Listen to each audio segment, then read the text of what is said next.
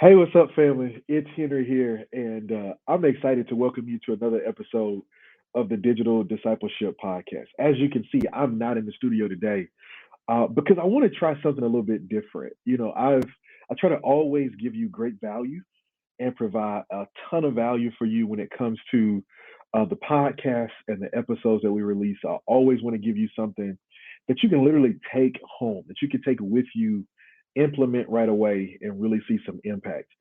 But I've been, just like you're listening to this podcast, I listen to a ton of podcasts myself. And so for the next few episodes, we're going to do something a little bit different. I'm going to be coming to you from, different locations. At the time of this recording, I happen to be in Minneapolis, Minnesota. And as I'm recording this, but not only am I going to be in different locations for the next few episodes, but I'm going to use a different format.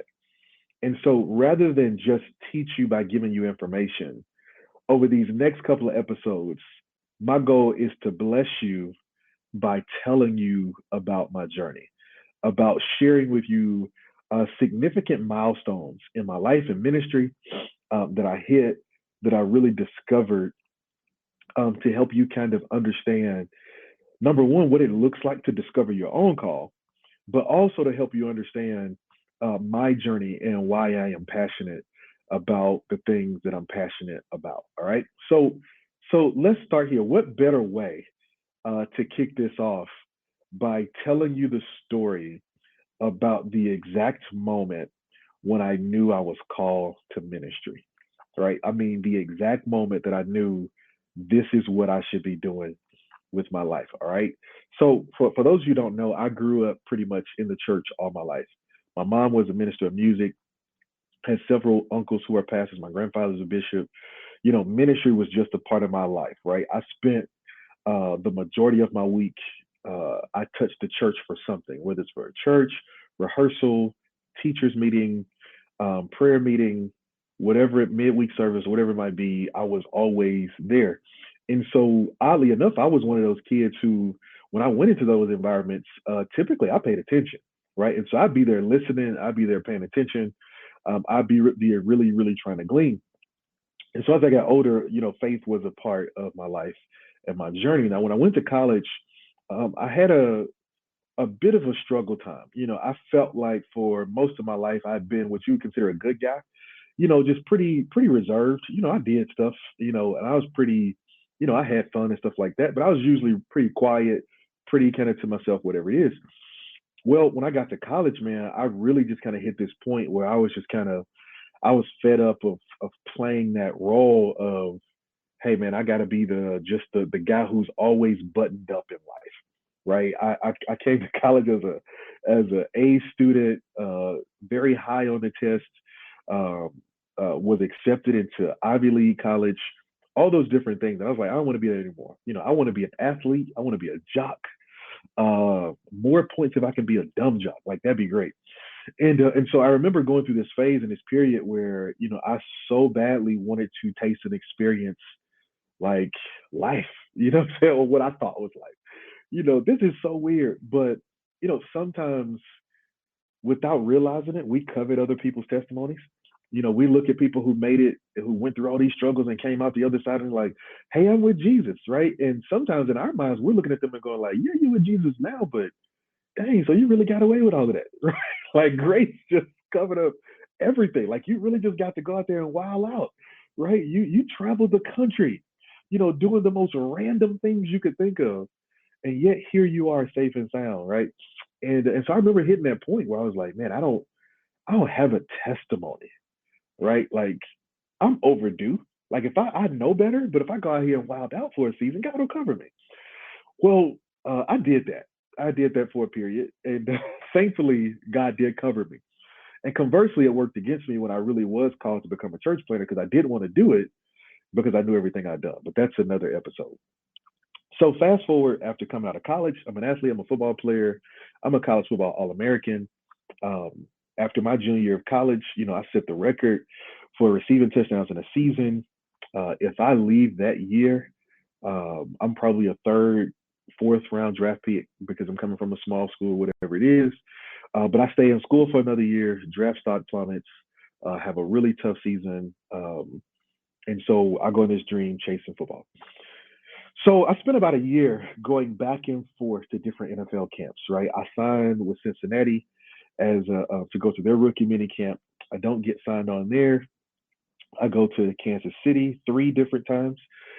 Fun fact: I was on one of their seasons of the Hard Knocks on HBO. I went to go and work out for them, and I'm there. And in the episode, you can see them saying, "Hey, look, get me Henry Tolbert on the phone, his agent, whatever they ought to bring him in." And they bring me in, and they're looking at me and this one other guy. Never forget his name, Bobby Scipio. He was like a 6'5", 230 pound wide receiver. Like he was massive. Like he was huge. Because as we're working out together, I'm looking at this dude like, bro, like, and at the time, Kansas City was just we like big receivers who can block because they might get 2 catches a game type deal. So it wasn't ideal, but it was NFL, so I didn't care. I'll block a little bit, maybe. I don't know.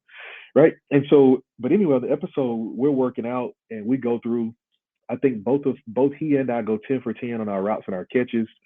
I'm a little bit faster than he is, but of course he's much bigger than I am. And so at the end, you can see the coaches on the episode standing around like, "What do you want to do?" And they like, "Well, let's go with the legs." And so they're like, "Let's go with the bigger guy." And so they end up signing him and not signing me. And so I went to Kansas City several times. I went to New Orleans. I went to Buffalo. I bounced around all these different cities, trying out for teams or going to camp with teams, and I never really signed. And so eventually, I end up playing arena football for a portion of the season. I played a little bit in Orlando with a team they had there. Then I end up going up to Ohio to play with a team. And so I'm playing with this team in Ohio, and I'm low key depressed, right? Because for the last couple of years, not getting drafted just caused me to really second guess so much about my life. Because I just knew I heard the Lord say I needed to come back to school and not go into the draft my junior year. But I was looking back in hindsight and like, bro, your relationship with God was not to the point where you could be talking about you trust what you hear. And I still think that's true to a certain degree, but I believe God used it. And so anyway, I go to Ohio and I'm playing football, having a really tough time. But I decide I've got to get back on track with the Lord, right? I've got to get all the way back on track with the Lord. And so eventually I found a church there. And the first time I go to the church, this little small church. It's a small, like charismatic church too, where they like, speak in tongues, lay hands on people, and so on and so on. And so at that time, I was still deeply entrenched in the Baptist faith, right? Baptist to my core. And so I go to this church, man, and I meet the pastor, and she's a woman, right? So I'm breaking all kind of barriers in my mind at that time. Like I'm just like in a whirlwind, but I'm desperate. Like I don't have anything else. And so this was the only church that I could find that somebody on our team was connected to. So anyway, I go to the church, and the first time the lady meets me, she's like, "There's a word in your belly," and I'm sitting there like, "Okay, right? I've just recently, within the last year, been introduced to prophetic ministry." And she's like, "There's a word in your belly. I want you to preach." And I'm like, "Well, I haven't even preached my first sermon yet, because that's the way you do it." I hadn't done it. I was like, "No, I can't. I can't. I just gotta, whatever, whatever." But anyway, I just keep going to the church, man, and every time I'm going to the church, man, there's just this intense spiritual warfare. I remember one day, came back home to Birmingham, and I've driven my truck to go back to Ohio, about 12-hour drive outside of Youngstown. And when I get there, I've got my truck, and so I'm driving to church one Sunday, and it's not raining, it's not snowing, anything. And I'm coming off the exit, and I'm like, man, I left my Bible. I need to get my Bible. And I have that thought for a split second, and instantly my truck goes into a tailspin. Just so happened when it stops, I'm over in the median and an 18 wheeler comes by. So easily could have hit me and took me out. And I'm sitting there like, what was that? I'm talking my car cuts off and everything. I turn the ignition, it turns right back on. And I'm like, I'm still going to get my Bible. So I go get my Bible, go back to church, and I'm in there. So I just see those kind of things just happen all over the place, just in different ways. And so anyway, it eventually leads to me saying, I meet another teammate who happens to be a white guy, tight end. I think he was from like Nebraska or something. And we're like, "Hey man, you want to do a Bible study? Let's do something with the team." And then we've got a coach on the staff who's an assistant pastor. So we're like, "Yeah, let's do it." Right. So I start talking to guys on the team, and we're just going through the list like, "Hey man, we're gonna do this. We're gonna make this happen." And so we start this Bible study.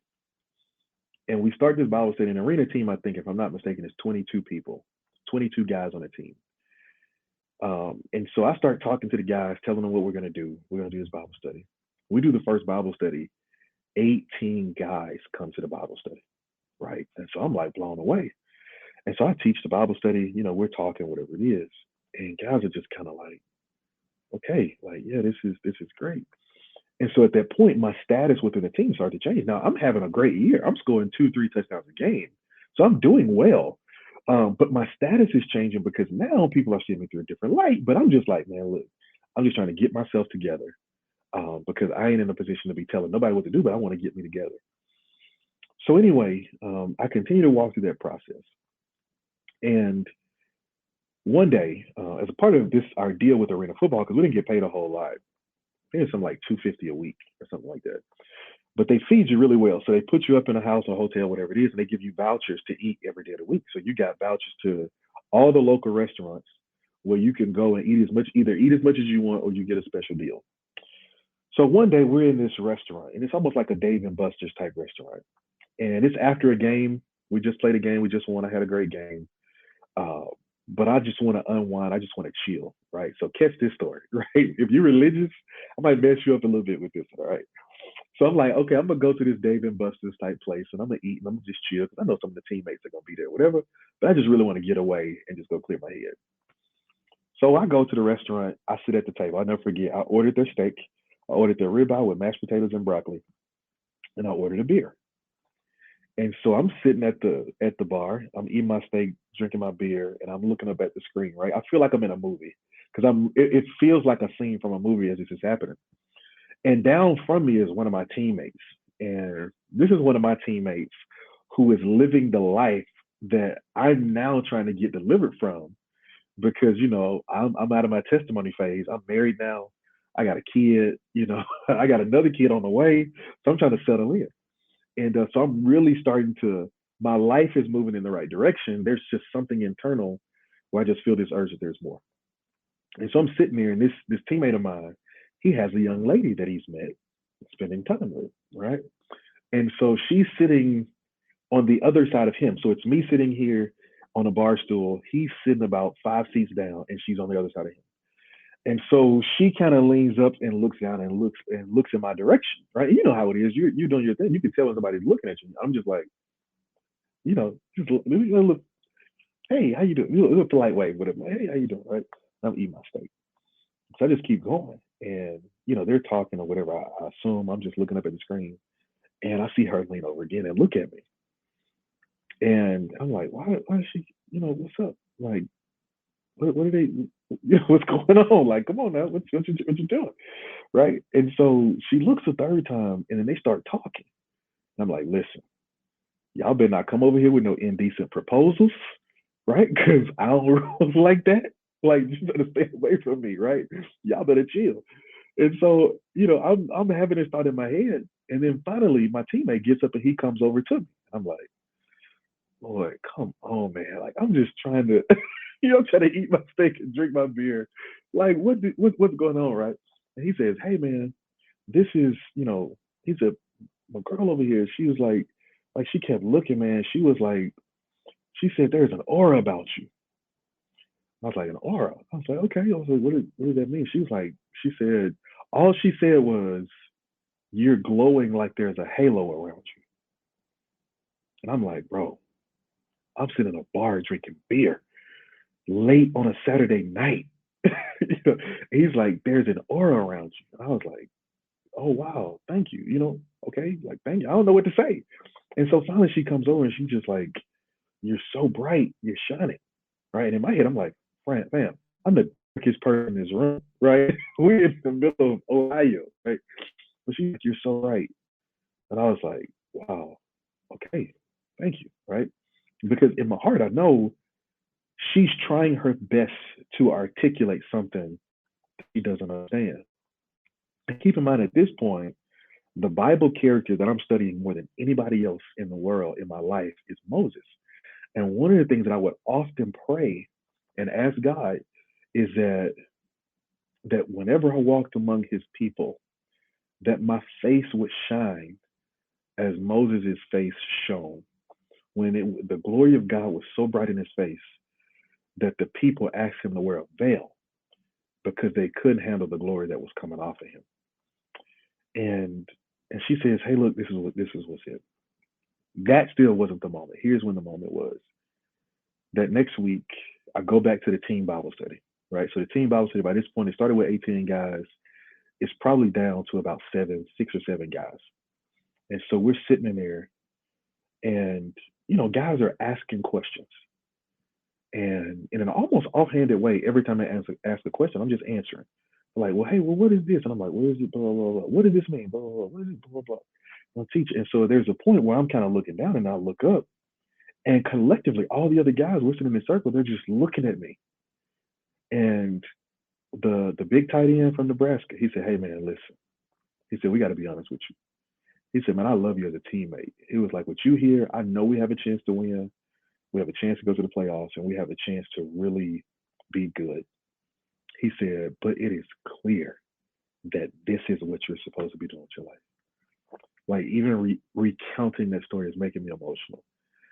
And so in that moment, he says, "It's clear that this is what you're supposed to be doing with your life." And I'm sitting there and I'm wrestling. And I'm wrestling because all my life since I was 9 years old, all I want to do is play football. And I'm in the thick of it. I'm doing it. I'm playing. I know that there's the Saints have they requested me to stay with this team because they're like, "Hey, we're gonna want to bring you back at some point. We just want you to keep playing football. We'll bring you back." And I'm sitting there and I'm thinking about possibility. I'm thinking about hope. I'm thinking about all these different things. And right there, guys who need me in order for our team to be good are standing there saying to me, "We love you enough to tell you that you need to leave us here." And man, when I tell you that was the moment that I knew there was nothing else I would ever do with my life than to be fully committed to seeing people come to Jesus and fully committed to seeing people walk in their call and their purpose when they came to Jesus, because the Lord captured my heart with the idea of teaching his people that his word was not complicated. And so now that's what I do in my life as a pastor. I'm teaching people you can live this word. As a consultant and a businessman, I'm trying to help teach leaders how to empower other people in the word and to be more like Jesus every day. And here's the whole gist of that. Everything in my life conspired against me to reveal my calling. Oh my goodness. Everything in my life. My marriage conspired against me. My my gift conspired against me. Football conspired against me. That team, everything happening in my vehicles, everything happening in my life. Let me tell you this. I finally decide that I'm going to go home. It's time for me to go. Out of nowhere, all of a sudden, my Durango that I had at the time, I had a 90. I think it was a 90, yeah, 97 Durango. I think is what I had, a 99 or something like that. And I'm getting ready to go home, and now my truck don't want to start. Like, I've not had any problems with this truck ever whatsoever. It doesn't want to start. The moment I decide I'm going home, I tell coach, "Hey coach, I gotta go home." I said, "I know you're getting ready to cut some other guys." I said, "But don't cut them." I said, I'm gonna leave, so keep one of those guys. I'm gonna go home and whatever it is." And coach doesn't even argue with me. He says, "All right, I appreciate you for letting me know. I understand." He was like, "Go." And I'm assuming somebody had probably talked to him already and told him like, "Hey, this guy got something different on him, whatever, whatever." So I get ready to come home. My truck won't start. And so when the day is time for me to go, I get it started enough to just like I figure out, how to get it going. Somebody helps me. I get it started. But I know if I cut it off, wherever I cut it off, I'm gonna be stranded. And so literally, I get in the car and I'm like, I can't cut this car off. I said, when it's time to stop for gas, I gotta leave the car running, put gas in it, and just keep on driving. This truck has to stay on for 12 straight hours, right? And I feel like one of those old Greek mythology scenes where the horse is It's called To Ride Until His Heart Dies. And I get in my truck and I ride 12 hours home straight and I make it safe and sound. And after that, I never have another issue out of that truck for the same thing. And here's the point. Everything that was happening in my life was always moving me towards that moment. If I don't play football, I never meet that young lady in the bar who tells me that God has put a light on you. Well, she doesn't say God has, but she tells me there's a light around you. And I know what the source of that light is now. I never meet that teammate because here's why I received the word so strongly from that teammate and the other teammates. The teammate who told me had just met me. He met me as a teammate, an athlete, whatever it is, and yet here he was seeing something spiritual. And then here's what's so crazy: the other dudes who egged it on are some of the most hood dudes you ever met in your life. Like I'm talking about, I'm complaining to them about the stuff they're doing in their hotel room at night because it's waking me up in my hotel room while I'm over there trying to be holy and play PlayStation, right? And these are the dudes who are like, nah, man, God calls you, bro. I don't never listen to no preacher. I don't never listen to nobody. I've never heard nobody talk about the word and I understood it. Right? Those dudes are telling me this. And that was the moment that I knew. And so here would be my encouragement to you. Search your life for the clues that God has left you concerning who he's called you to be. Because they're there. You just got to search your life, find them, be aware of them, understand what they are, and then open yourself up to receiving the fullness of what God has for you. All right, listen, this is just the first part. I'm gonna keep telling you more of my story in the fact that I can help you. Scripture says we overcome by the blood of the Lamb, word of the testimony. And so I know what Jesus done for you, and now I hope that my story can come alongside that and help do something else for you. All right, listen, I'll see you again real soon. Until then, keep the gears turning.